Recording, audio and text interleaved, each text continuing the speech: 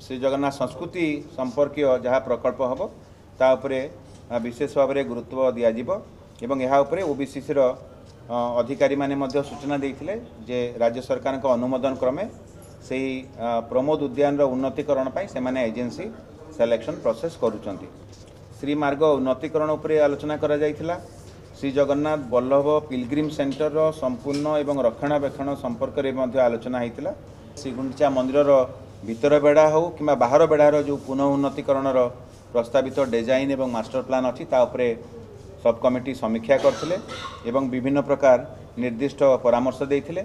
आमे निर्दिष्ट भाव में आमे अनुरोध करूँ ओबीसीसी को तांकर जो भी एजेंसी नहीं आसंता वर्ष अर्थात 2026 रथयात्रार यथेष्ट पूर्वर जो कम गुड़िक सारी पारे ताकू ही नेबे, अन्यथा बाकी गुड़िक प्रकल्प गुड़िक रथयात्रा पर ही करेंगे।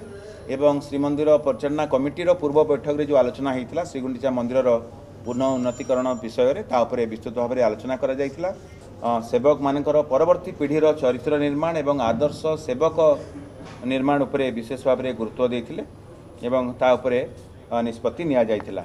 श्रीमंदिर अभ्यर्थना केन्द्र, श्रीमंदिर नूतन कार्यालय निर्माण, श्रीमंदिर सांस्कृतिक केन्द्र एवं रघुनंदन पाठागार निर्माण उपरे आलोचना करा जायथिला।